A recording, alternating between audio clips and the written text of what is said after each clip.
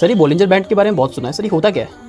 देखो, Bollinger band एक indicator है। इस इंडिकेटर को लगाने के लिए आपको यहाँ पे इंडिकेटर वाला सेक्शन दिखाई दे रहा है, आपने इस पे जाना है और यहाँ पे जाके आप बी लिख के सर्च करेंगे या बॉलिंजर बैंड लिख के सर्च करेंगे तो आपको दिखाई दे रहा है, आपने इस पे क्लिक कर देना है। जैसे आप इस पे क्लिक करते हैं तो ये जो इंडिकेटर है चार्ट में कुछ इस तरीके से प्लॉट होता है। बेसिकली प्राइस के ऊपर ये इंडिकेटर प्लॉट हो रहा है। अब इस इंडिकेटर में आपको 3 तरह के बैंड देखने को मिल रहा है। यहाँ पर सबसे पहला बैंड जो आपको देखने को मिल रहा है वो है ये बीच वाला बैंड, जिसको हम कहते हैं मिडिल बैंड।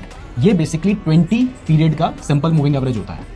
तो ये एक मूविंग एवरेज ही है। और इसके बाद आपको ये जो बैंड दिखाई दे रहा है और ये जो बैंड दिखाई दे रहा है, इसको कहा जाता है अपर बैंड, इसको कहा जाता है लोअर बैंड। और ये कुछ नहीं है, ये जो 20 पीरियड का सिंपल मूविंग एवरेज है, इसके स्टैंडर्ड डेविएशन है। यानी प्राइस इससे इतना ऊपर जा सकती है, इतना नीचे आ सकती है, ये माना जाता है।